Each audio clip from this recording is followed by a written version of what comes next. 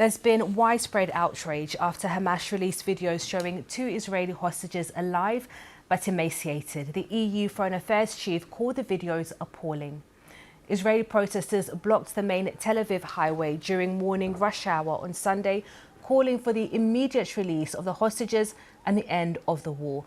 While on Sunday night, tens of thousands of people, including the families of hostages, turned out for the weekly rally in Tel Aviv. Israeli media described it as the largest turnout in recent months. Meanwhile, in Gaza, the health ministry says 6 more people have died from starvation and malnutrition as the hunger crisis continues. Israel doesn't allow the BBC and other news organizations to report independently from inside Gaza. So Amir Nada sent us this report from Jerusalem and a warning. It contains images of malnutrition and death that you may find distressing from the very start. Ibrahim mourns his brother, Atif, 17 years old. He died today after 20 days in hospital, his family say. Until a month ago, he'd never been ill. He developed problems with his nerves, they said, and then malnutrition gripped his body.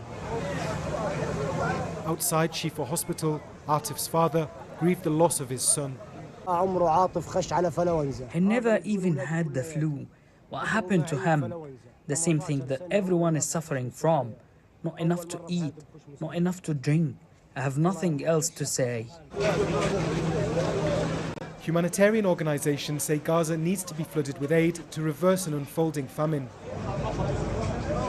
The UN says Israel is issuing fewer denials, but is still continuing to impede aid getting in. Israeli leaders continue to reject widespread criticism of its restrictions on food entering Gaza. Its foreign ministry saying today that it's only Israeli hostages that are being deliberately starved. Evyatar David looks emaciated in this most recent hostage video. His family want the pictures to be seen, calling it a vile propaganda campaign by Hamas. Today, hostage families called on Israel to return to ceasefire negotiations. We will not get our children back unless the Israeli government places a real initiative on the table.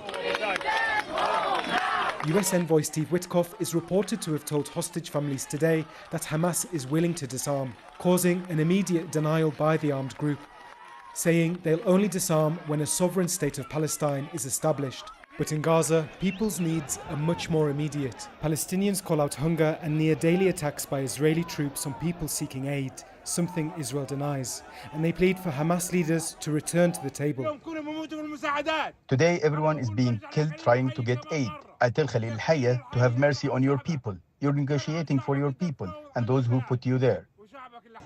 Ceasefire negotiations remain stalled, but desperation runs ever higher, and those in pain call for the hunger and the war to end. Amir Nada, BBC News, Jerusalem.